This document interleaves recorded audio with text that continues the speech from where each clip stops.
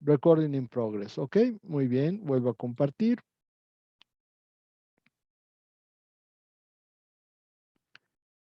Y vamos a pasar unos 10 minutos con el siguiente tema, que es este. El tratado maneja 4 puntos fundamentales.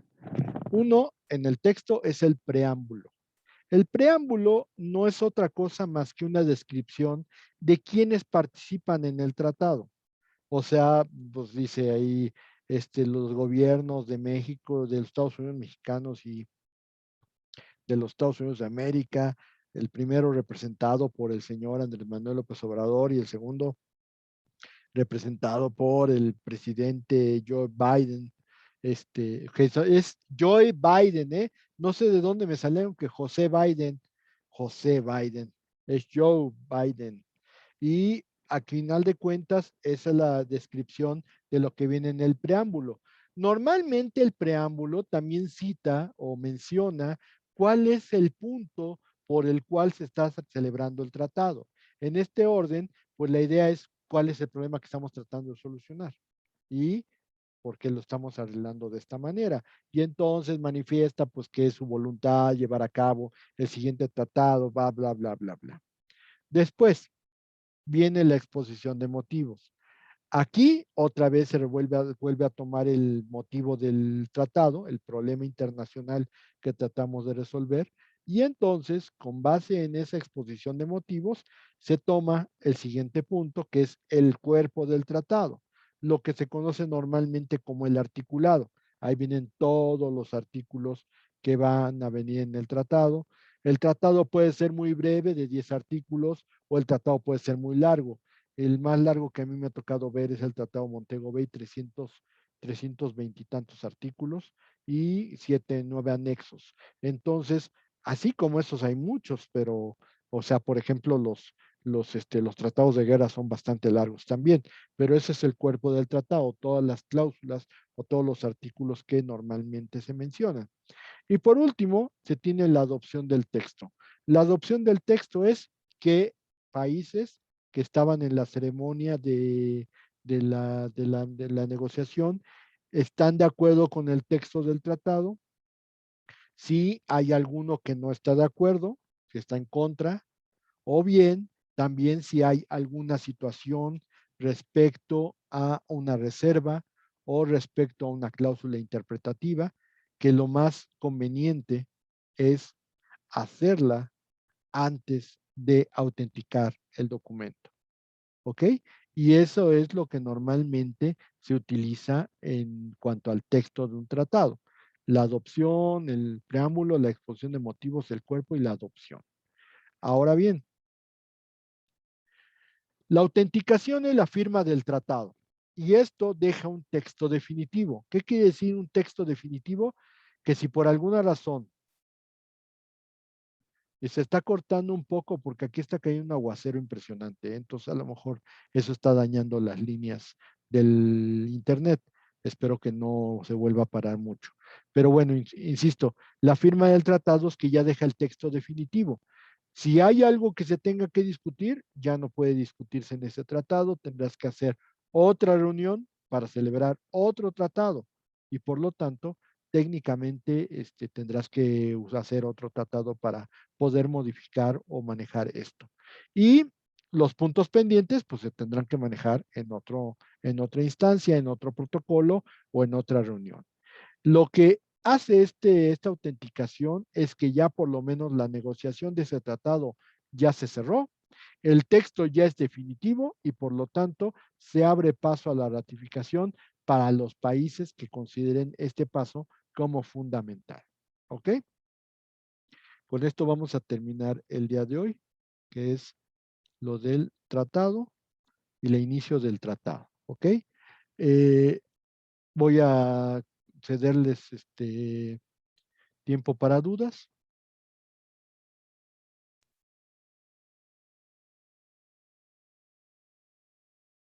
¿Ok? Ya está. Tiempo para dudas, dígame.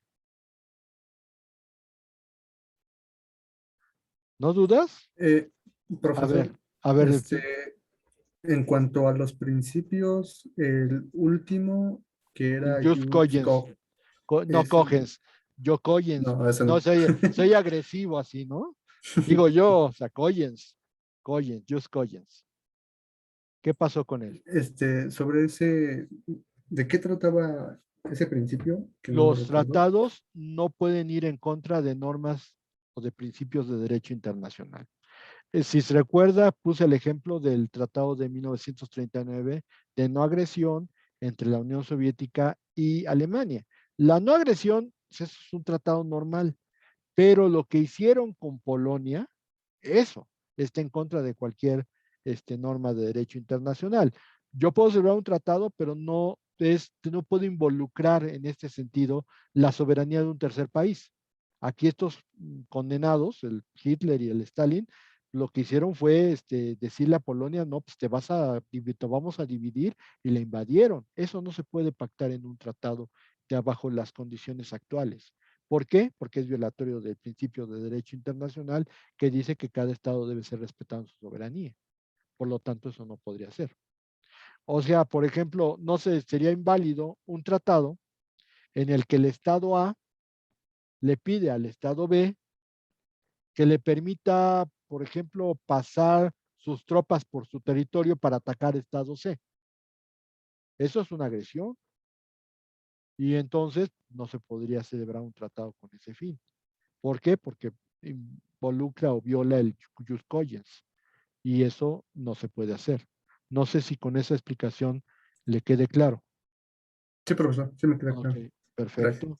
Ok, ¿alguna otra? Rosas Patiño, dígame. Profe, ¿las conferencias dijo que eran reuniones de quién? Las conferencias son reuniones de representantes de Estado, pero de menor nivel al de ministros de Asuntos Exteriores. Los congresos son reuniones de jefes de Estado, o sea, van presidentes, va el rey de España, van los meros, los jefes de Estado. A veces, cuando un jefe de Estado no puede ir un ministro de Asuntos Exteriores, pero por su puesto, o sea, por la calidad que tiene su ministerio. Pero, por ejemplo, en las conferencias, pues no van jefes de Estado, van funcionarios de menor nivel, que puede ir desde el propio ministro de Asuntos Exteriores hasta los trabajadores del Ministerio de Asuntos Exteriores que ellos designen. O sea, no es una reunión de jefes de Estado, pero pueden ir funcionarios de menor nivel y va desde el ministro de Asuntos Exteriores hasta el que ellos quieran. Puede parecer muy tonto lo que voy a decir, pero no falta alguna razón para pensarlo. Si yo quiero nombrar como representante de país al barrendero de la Secretaría de Relaciones Exteriores, siendo miembro de la Secretaría de Relaciones Exteriores, lo puedo nombrar. Claro, nunca van a nombrar eso, porque se supone que es una labor importante, pero pues pueden nombrar a cualquier funcionario de la Secretaría de Relaciones para llevar a cabo esa representación. Entonces, esa es la situación. No sé si le queda claro. Sí, profe, gracias. Ok, ¿alguna otra pregunta más?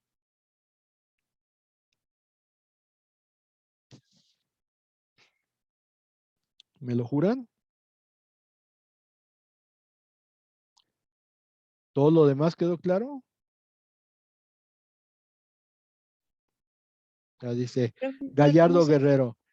Dijo que a pesar de que existían países que no formaban parte por ser, me voy a tener que abrir el chat porque pues, ahí se cortó. Espéreme tantito.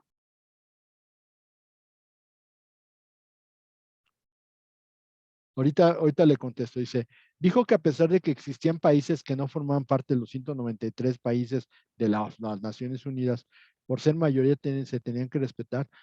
Bueno, si es lo que dice la Carta de San Francisco, yo insisto, la idea es que la mayoría debe de prevalecer en las cuestiones del mundo, no porque no seas parte de la ONU, estás facultado a desobedecer todos los lineamientos que se tomen en la ONU.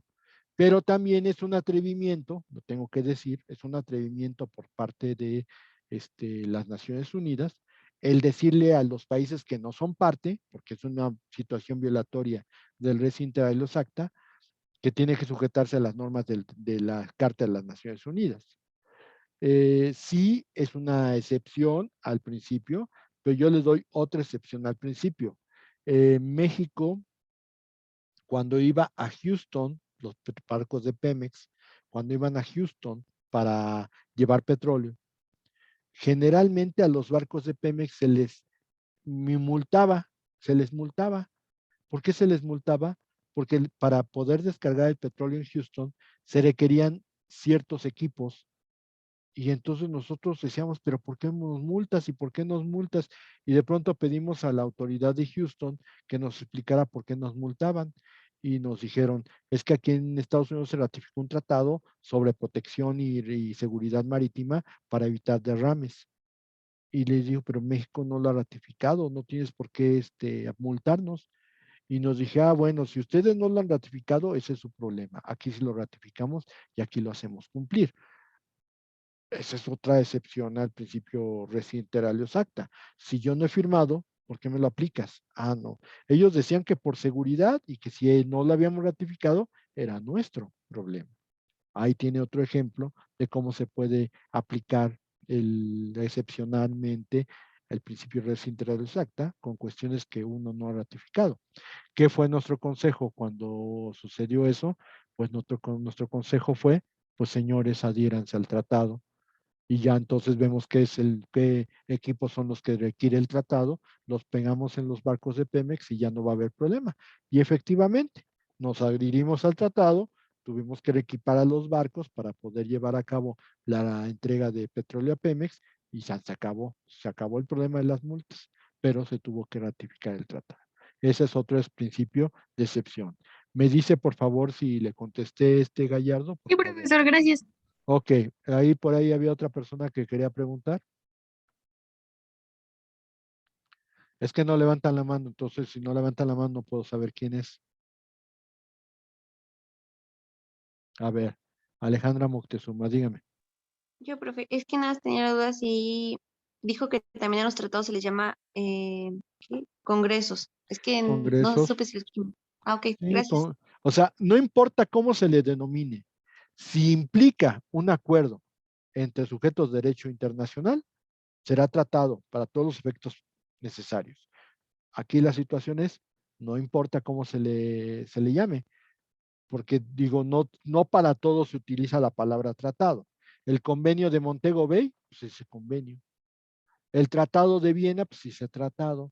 Pero, por ejemplo, cuando hablamos de los tratados que modifican, les dijimos protocolo y tenemos el protocolo de Buenos Aires o el protocolo de Cartagena de Indias, pues sabemos que son modificatorios de un tratado más amplio. También tenemos el caso de algunos otros acta, declaración, o sea, son muchos las denominaciones y aunque tengan variada denominación, si encierran forzosamente un acuerdo entre sujetos de derecho internacional, son tratados para todos los efectos. ¿Qué pasó, Oscar?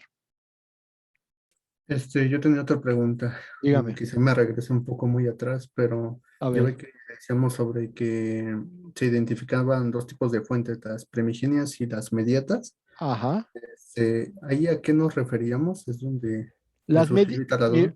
Aquí la situación de que cuando usa el término mediatas, serían como las subsidiarias, que surgen no de un acuerdo entre sujetos de derecho internacional, pero surgen por el comportamiento de estos sujetos de derecho internacional. Lo que pasa es que las subsidiarias son el resultado de la aplicación de criterios. Por ejemplo, la doctrina, la jurisprudencia internacional, lo vamos a ver en unos momentos más, bueno, en esta misma semana, vamos a entender que no son propiamente una fuente de derecho internacional, porque para que ellas surjan necesitamos tener un comportamiento. De alguna forma, lo que dice Becerra es que hay fuentes mediatas y fuentes inmediatas. Las inmediatas son los tratados y la costumbre, pero las fuentes mediatas son aquellas en las cuales los estados manifiestan un comportamiento que se puede considerar como en cierta forma obligatorio y que cada día se está apartando más de lo que sería, digamos, un tratado, porque se está manejando ahí el soft law o algún comportamiento o algunos convenios que no son propiamente un convenio internacional, sino llaman convenios TRIPS, que son los convenios de la Organización Mundial de la Propiedad Intelectual, en la cual pues obviamente la propiedad intelectual es la creación de un individuo O sea, el individuo no es parte del tratado. Lo único que tienen que hacer los estados es respetarle a ese individuo sus derechos de propiedad intelectual. Ese es el tipo de convenios que maneja como las fuentes mediatas, pero ahí no intervienen tanto los estados, sino son la protección de los derechos particulares.